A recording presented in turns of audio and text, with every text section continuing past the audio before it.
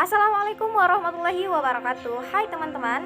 Nah, pada video kali ini saya akan membahas metode rehabilitasi mangrove. Nah, sebelumnya saya akan memperkenalkan diri saya.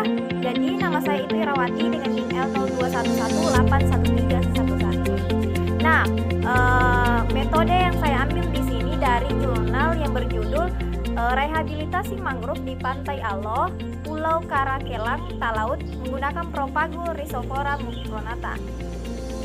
Nah, baik, ada beberapa poin penting yang akan saya bahas pada video kali ini. Yang pertama itu pendahuluan, yang kedua tujuan, yang ketiga metode, dan keempat hasil, dan yang kelima itu kesimpulan.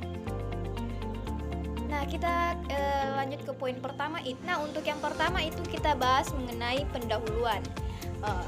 Kenaikan muka air laut ini akan menyebabkan energi gelombang pada perairan dangkal meningkat.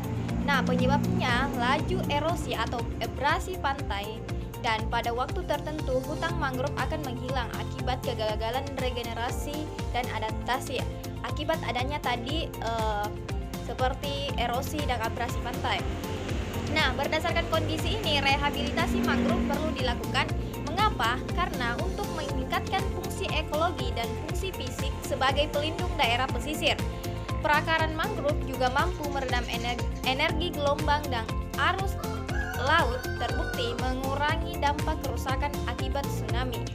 Nah, selanjutnya itu kita akan bahas mengenai fungsi mangrove. Nah, apa sih fungsi mangrove tersebut? Yang pertama itu sebagai penyedia bahan pangan bagi organisme. Yang kedua itu penahan intrusi air laut. Ini dapat mengurangi penyebab terjadinya abrasi atau erosi tersebut. Yang ketiga itu areal pemijahan ikan dan berbagai jenis hewan. Nah, area mangrove itu bisa dijadikan organisme air seperti ikan untuk memijah pada daerah mangrove tersebut.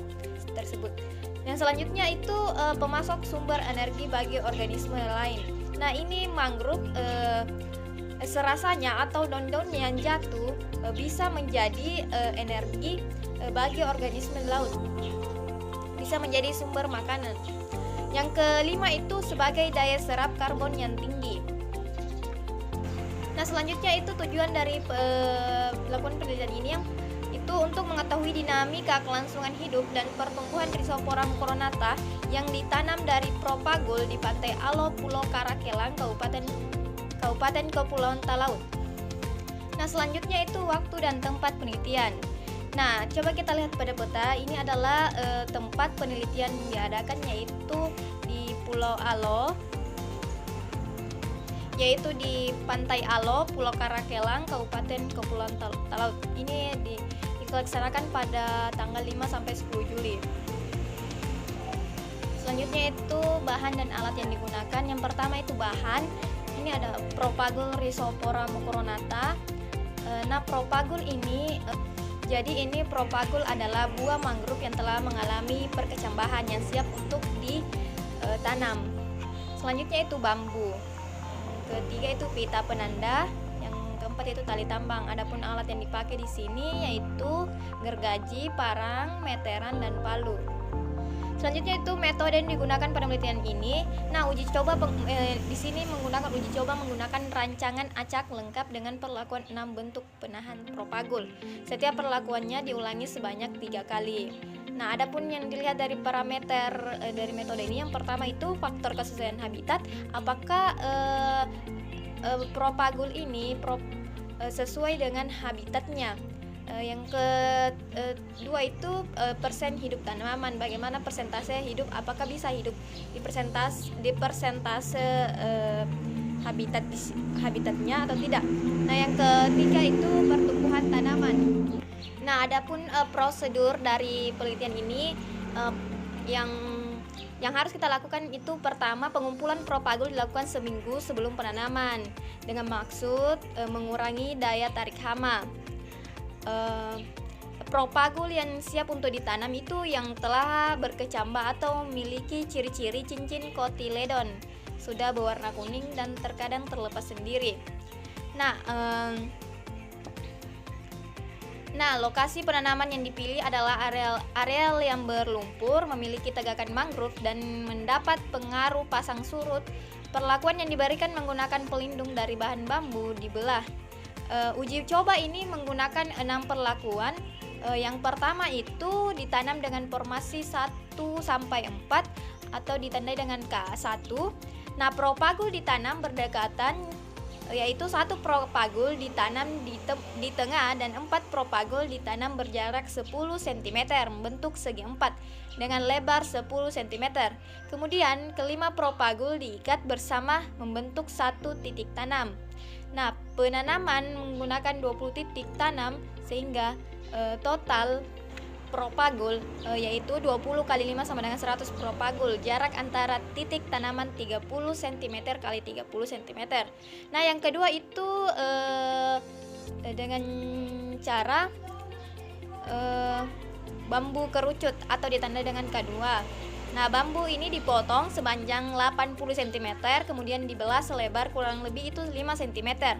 Sehingga jumlah belahan bambu tergantung diameter bambu yang digunakan. Setiap 8 belah bambu ditanam sedalam 30 cm. Sehingga bentuk kerucut berdiameter kurang lebih 25 cm dengan jarak antara bambu yaitu 10 cm. Kemudian 7 propagul ditanam dan dipastikan berada di dalam kerucut dan tinggi tidak melebihi ujung kerucut dan disebut titik tanam. Nah, penanaman menggunakan 14 titik tanam sehingga total propagul ini pada perlakuan ini yaitu sebanyak 98 buah. Jarak antara titik tanamnya itu 30 cm kali 30 cm. Nah, yang ketiga itu perlakuan ketiga yaitu dengan bambu batang atau kita simpulkan dengan K3. Nah, bambu dipotong sepanjang 50 cm, kemudian ruas-ruasnya dilubangi dan diruncingkan di salah satu sisinya. Bagian yang runcing ditanam ke dalam lumpur hingga tersisa kurang lebih 10 cm dari panjang bambu. Nah, sebanyak 5 batang propagul dibasuhkan bersama lumpur ke dalam batang bambu dan disebut 1 titik tanam. Penanaman menggunakan 20 titik tanam sehingga total propagul ini sebanyak 100 propagul. Jarak antara titik tanamnya juga 30 kali 30 cm. Nah, yang perlakuan yang keempat itu bambu pagar, di mana kita tandai dengan simbolkan dengan keempat. Nah, bambu dipotong 40 cm kemudian dibelah selebar 3 cm. Nah, propagul ini ditanam menggunakan pola penanaman bentuk 2. Kemudian bambu ditanam sedalam kurang lebih 20 cm secara rapat di depan tanaman. Pola penanaman sama dengan pola pada bentuk 2. Penanaman menggunakan 20 titik tanam dengan jarak antara titik tanam itu 30 kali 30 cm. Nah, propagul yang digunakan di sini sebanyak 100 buah. Nah, yang perlakuan yang kelima itu dengan akar napas atau kita simpulkan dengan K5. Nah, propagul ditanam di lokasi yang terdapat akar mangrove jenis pasak. Setiap titik tanam terdiri dari 2 propagul yang ditanam dan diikat menyatu dengan akar pasak. Jumlah titik tanam sebanyak 50 dengan jarak 30 cm kali 30 cm. Jadi adapun total yang digunakan total propagul yang digunakan yaitu 100 buah. Nah, yang terakhir itu perlakuan yang ke-6 itu dengan bambu jepit atau kita simpulkan dengan K6. Nah, ini bambu dipotong sepanjang 2 meter dan 40 cm, kemudian dibelah selebar 3 cm. Nah, propagul ditanam dengan menggunakan pola penanaman pada bentuk 2. Bambu berukuran 2 meter digunakan untuk menjepit dan menghubungkan beberapa titik tanam secara mendatar tegak lurus terhadap garis pantai. Sedangkan bambu yang berukuran 40 cm digunakan sebagai ajirs penahan jepitan. Nah, penanaman menggunakan 50 titik tanam dengan jarak penanaman 30 kali 30 cm juga, sehingga total yang digunakan adalah 100 propagul. Nah, di sini kita bisa lihat gambarnya dengan ke-6 perlakuan tadi. Yang pertama itu formasi 1 sampai 4 atau kita tandai dengan K, simpulkan dengan K1. Yang kedua itu dengan menggunakan perlakuan bambu kerucut. Yang ketiga itu dengan bambu batang. Yang keempat itu bambu pagar. Yang kelima itu dengan model perlakuan itu akar napas. Dan terakhir itu keenam itu model perlakuannya itu bambu jepit. Nah, selanjutnya itu hasil dari penelitian. Jadi kita telah mendapatkan hasil karakteristik fisik dan kimia substrat di lokasi penelitian. Coba kita lihat pada tabel itu karakteristik yang fisik dan kimia yang dapatkan itu adalah pasir 51%, debu 47%, tanah liat yaitu 2%, salinitas itu berada pada 13 ppm. Untuk pH 2O-nya 6,21, untuk pH KCl-nya itu 6,17, untuk karbonnya itu 0,01%, untuk nitrogennya itu 0,06%, untuk P2O-nya 51,6 ppm, untuk K2O-nya itu sebanyak 5,32 ppm. Nah, selanjutnya itu hasil dari persentase hidup dari 6 perlakuan. Kita lihat untuk kastasi K1 itu pada 1,5 bulan itu sebanyak 64%, sedangkan yang untuk 48 bulannya itu 0%. Nah, untuk kedua itu persen hidupnya pada 1,5 bulan itu sebanyak 97%, dan untuk 48 bulan itu sebanyak 3%. Nah, selanjutnya itu perlakuan ketiga, yaitu persentase hidupnya pada 1,5 bulan itu 98%, dan untuk 48 bulan itu 0%. Selanjutnya itu perlakuan keempat, persentase hidupnya pada 1,5 bulan sebanyak 98%, dan untuk 48 bulan itu 0%. Untuk perlakuan kelima itu persentase hidupnya pada 1,5 bulan itu sebanyak 92%, dan untuk 48 bulan itu sebanyak 18%. Nah, untuk perlakuan keenam persentase hidupnya pada 1,5 bulan itu 100%, dan pada 48 bulan itu 1%. Nah, dari hasil di sini dapat kita tarik kesimpulan bahwa persentase hidup rata-rata Rhizophora mucronata itu bertahan sampai 1,5 bulan, sedangkan banyak mengalami kematian setelah menginjak 48 bulan. Nah, ada beberapa penyebab sehingga tidak bertahan hingga 48 bulan. Ini tanaman Rhizophora mucronata ini mengalami patah batang dan kering. Selain itu, pada akar pasak juga mengalami hal yang sama.